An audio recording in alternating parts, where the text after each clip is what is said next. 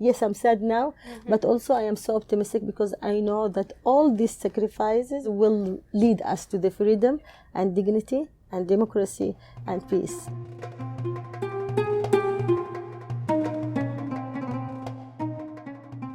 Hello and welcome to the Middle East Question and Answer Series, presented by the Middle East Initiative and the Harvard Journal for Middle Eastern Politics and Policy.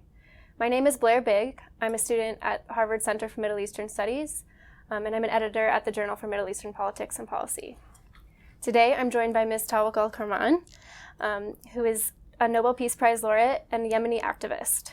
Thank you for joining me today, Ms. Karman. Thank you, Blair. Thank you so much. What did you think the role of women was in the protests, the 2011 protests in Yemen, and what sort of contributions did you feel that women made to these protests in the Arab Spring?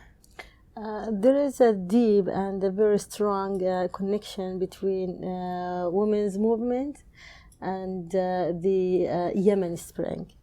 There was and there is still, because women always in Yemen asked and struggle for human rights in general, for women's rights in particular, and did a lot of things to and a lot of pressure against the ex-ruling party and the ex-president, which is the ousted president, to achieve, some improvement in the women's rights and also in the public life, and also against corruption and also against wars, etc., etc.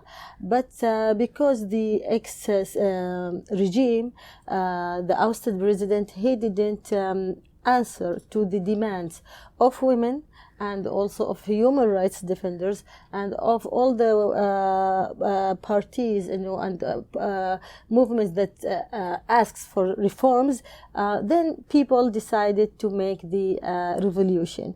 So at that time, women was at the first line of the revolution, as she was at the first line of the human rights movement. So she did a great role on leading the revolution, on leading the change. She left the seats of victims to the seats of the leaders. So she was the real leader, the most effective figure of the Yemeni society as a woman for the making change against, the dictator Ali Abdullah Saleh.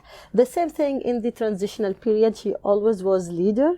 She participated in all the most important fields on making and writing the future of Yemen through the National Dialogue Conference and also through the draft of constitution. So women in Yemen, and as well as the women in Arab Spring countries, really give a very strong image about the real role of women when she participated in the public life. She was the leader, and she continued her role now to lead her country to salvation, to be against the dictator, against the counter-revolution, against the military coups, and she's still in the revolution itself. So until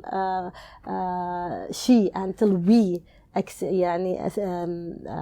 succeed in all the goals of the revolution, which is democracy, equality, human rights, accountability, rule of law. And do you think that there's a chance of the situation in Yemen improving in the next few years, or what do you see as the future for the democratic movement in Yemen? Yes, it's very sad that we say all this chaos, all this killing, all this war, all these fires everywhere. It's really paining us.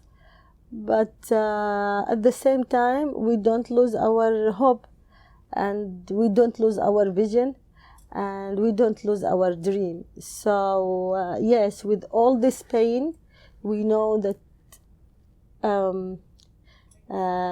there is light at the end of this dark, tunnel. So, and this is what happened in every great revolution, in every great country, all those development countries, they didn't reach to this moment of democracy, of prosperity, without these, the sacrifices of their, founders, of their, of the previous, generation. So I'm so optimistic. Yes, I'm sad now, but also I am so optimistic because I know that all these sacrifices will not.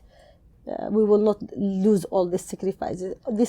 All these sacrifices will lead us to the freedom and dignity and democracy and peace. And I'm sure for that. So you will see how those countries, will be strong in the future and in the very close future, because people are still dreaming and are still struggling and are still sacrificing for their dreams.